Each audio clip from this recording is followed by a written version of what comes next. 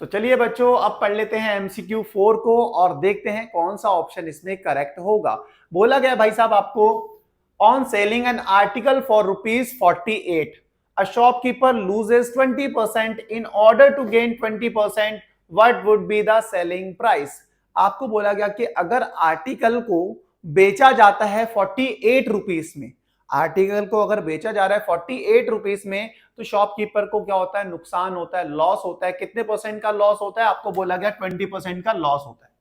कब लॉस हो रहा है? अगर आर्टिकल को बेचा जाता है, मतलब जब सेलिंग प्राइस कितना होता है, अगर 48 रुपीज सेलिंग प्राइस है तो शॉपकीपर को लॉस होगा। लॉस परसेंट दे रखा है अपने को, कितने परसेंट का लॉस होगा? आप बोलोगे 20% का लॉस होता है। तो ये 2 को थोड़ा सा अच्छा बना लेते हैं। अब अगर शॉपकीपर को गेन करना है, 20% का गेन चाहिए उसको, तो भाई कितने रुपए में बेचे तो सेलिंग प्राइस क्या होगा ये आपको बताना है। अगर भाई साहब गेन चाहिए शॉपकीपर को, शॉपकीपर चाहता है कि उसे 20% का प्रॉफिट हो, गेन हो, तो भाई वो कितने रुपए में बेचे, सेलिंग प्राइस क्या रहे उसका, ये आपको बताना है।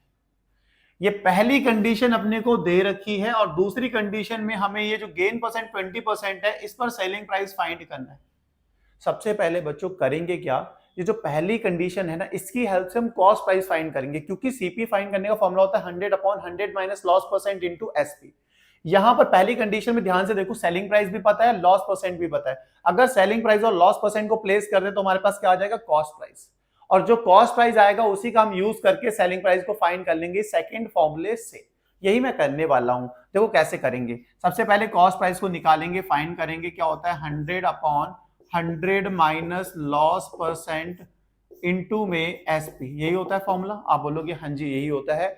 आगे 100 अपॉन लॉस परसेंट क्या है, फर्स्ट कंडीशन में आपके पास लॉस परसेंट है अपने पास 20, इनटू में सेलिंग प्राइस क्या है उस केस में 48।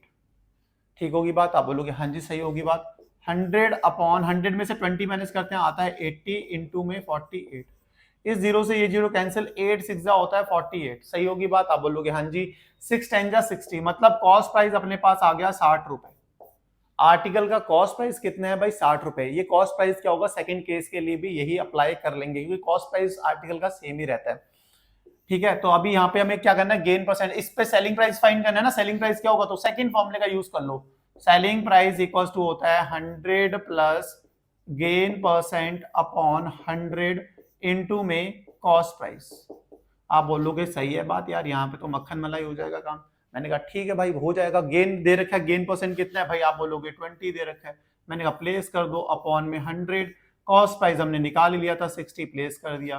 तो क्या होगा 100 प्लस 20 कितना होता है भाई, 120/100 इंटू में 60। ये जीरो से ये जीरो, इस जीरो से ये जीरो, क्या हो गया 12 6 72। अगर उसे 20% का गेन चाहिए तो कितने रुपए में बेचना पड़ेगा उस आर्टिकल को, 72 रुपीस में बेचना पड़ेगा। भाई कौन सा ऑप्शन करेक्ट है? ऑप्शन डी करेक्ट है। भाई कितनी आसानी से हमने इसको कर लिया, बहुत ही आसान था।